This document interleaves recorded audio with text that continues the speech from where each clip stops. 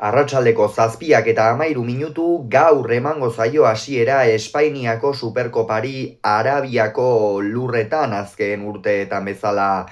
Arabia Saudi herrialdean jokatuko da Espainiako Superkopa eta ohiko moduan lau talde izango dira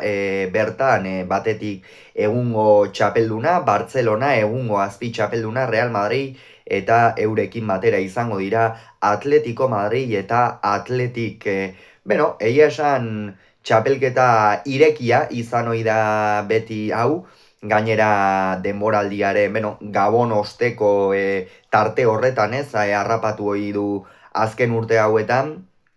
eta horrek asko irekitzen ditu kontuak, batez ere ia talde guztiak oporretan izan direlako, orain arte eta aurrekoan itzuli ziren lehiara, eta orain lau talde hauek txapeldunen ligako taldeak dira, eta orain urtarrileko hilabetea hau oso exigentea izango da, eta oso erne ibili beharko da bai jendea eta baita entrenatzaileak ere noski, kargak kudeatzerako garaian.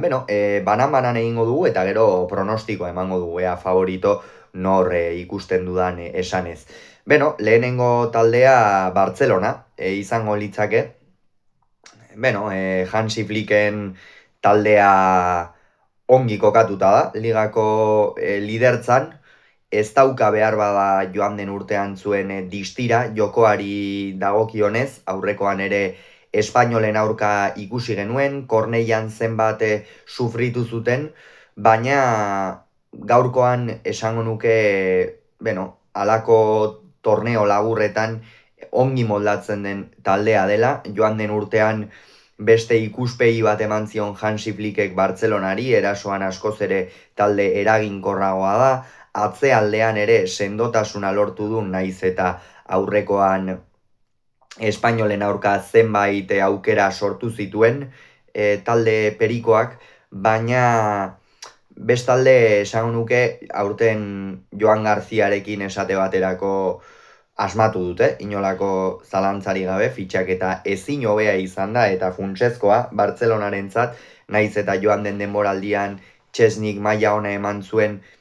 behar bada ikusten zenez, Bartzelonari gaztetasun, freskotasun hori falta zitzaiola ATP-an, eta Joan Garzia fitxatu duen honetan, hori lortu du. Bestalde, zelai erdian ere aipagarria da Frenkie de Jong zenolako maila ematen ari den, berriro ere finkatu da, zenbat aldiz egon ote da Frenkie de Jong Bartzelonatik ateratzear edo ateratzeko muga horretan, bada Hansi Flickentzat funtsezko jokalaria da, zelai erdian baloiarekin badakigu zenolako kalitatea duen, bai defenditzeko, baita erasoan ere, eta alde horretatik benetan jokalari bikaina eta funtsezkoa izaten ari da Flickentzat Frenkie de Jong. Eta atzealdean Gerard Martin, bera izan da, edo bera ari da izaten aurten behar bada berrikuntza nagusiena, atzealdearen erdialde horretan, Araujo badakizue, osasun mentalagatik eta zenbait partida utzi ditu, eta bere ordez Gerard Martin jokatzen ari da, eta esan maila bikaina ematen ari da Bartzelonako arrobiko jokalaria, eta horrekin ere ziur Flick pozik izango dela. Beste taldea Atletik, ez da inondik inora ere joan den denboraldiko Atletik, azken finean joan den denboraldia ikusgarria izan zen, kopanezik eta superkopanezik gainontzeko lehiaketetan sekulako maila eman zuen, Europa Ligen finalerdietaraino sailkatu zen eta ligan txapeldunen ligako postuetan geratu, hortxe San Mameseko final handi horretarako 2 norgehiagoketara besterik etzen geratu Atletik, eta aurten egia da txapeldunen ligarekin ikusten dela fisikoki ere beste exigentzia bat duen lehiaketa dela, eta hori nabaritzen ari dira, karga horiek nabaritzen ari dira zurigorriak, eta alde horretatik, nik uste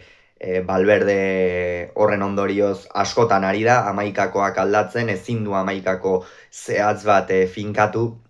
eta ezin duzunean 11ako zehaz bat finkatu, zaila izan ohi da lehiatzea ere,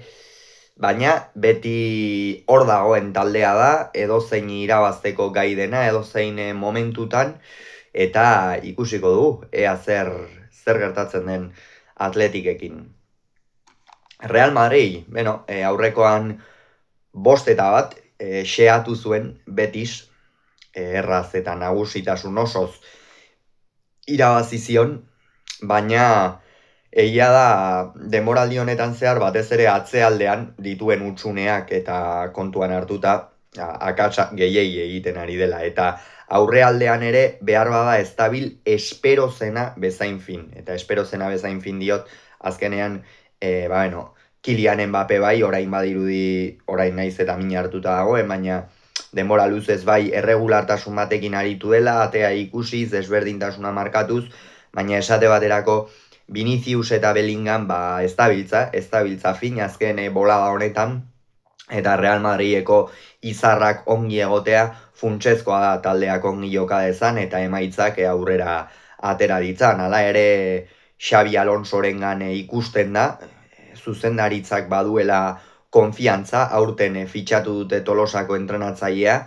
egia da, liga hobeki hasi zuela erdiparetik aurrera Gabonetara arte iritsi zena baino, hor Zeltaren aurka porrot oso mingarria izan zuten, Manchester Cityren aurka ere ez zuten irabazterik izan, partida oso garrantzitsua irabazi zuen, San Mamesen Atletiken aurka, partida hori ere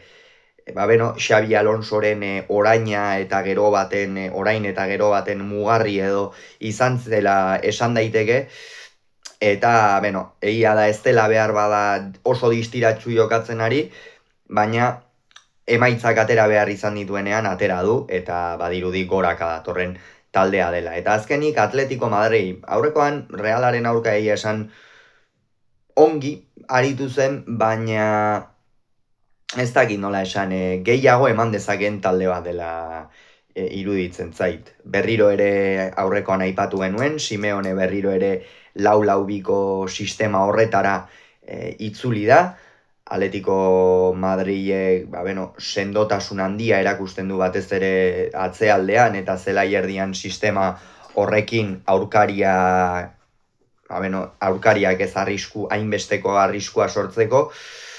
baina gero erasoan Julian badabil golak sartzen eta, baina Sorloz ez, eta nik uste Atletico Madrid Sorlozi beste zerbait eskatu behar diola. Egia da, zurrumurruak badirela urtarrileko merkatu honetan aterako ote den Alexander Sorloz, horri ere begira egon beharko gara, Norvegiako aurrelaria bazirudien Atletico Madriden postu bat egin da zuela, baina aurten gutxixeago jokatu du Simeonerekin, partida garrantzitsuenetan ez du jartzen normalean, eta ikusiko du, zer gertatzen den Alexander Sorlozekin, utzita joango ote da, taldean jarraituko ote du, salduko ote du, oraindik ere hori jakiteko dago, baina Atletico Madridek hor, batez ere baloia ateratzerako garaian eta zelai erdian mugitzerakoan fin ikusten ari gara, baina atzetik ateratzean arazo handiak ditu, eta horrela presio altua egiten duten taldeen aurka ez da erraza izaten. Kontua kontu, gaurko partida Bartzelona eta Atletiken, Bartzelona ikusten dut favorito, eta Real Madrid Atletico Madriden Real Madrid ikusten dut favorito.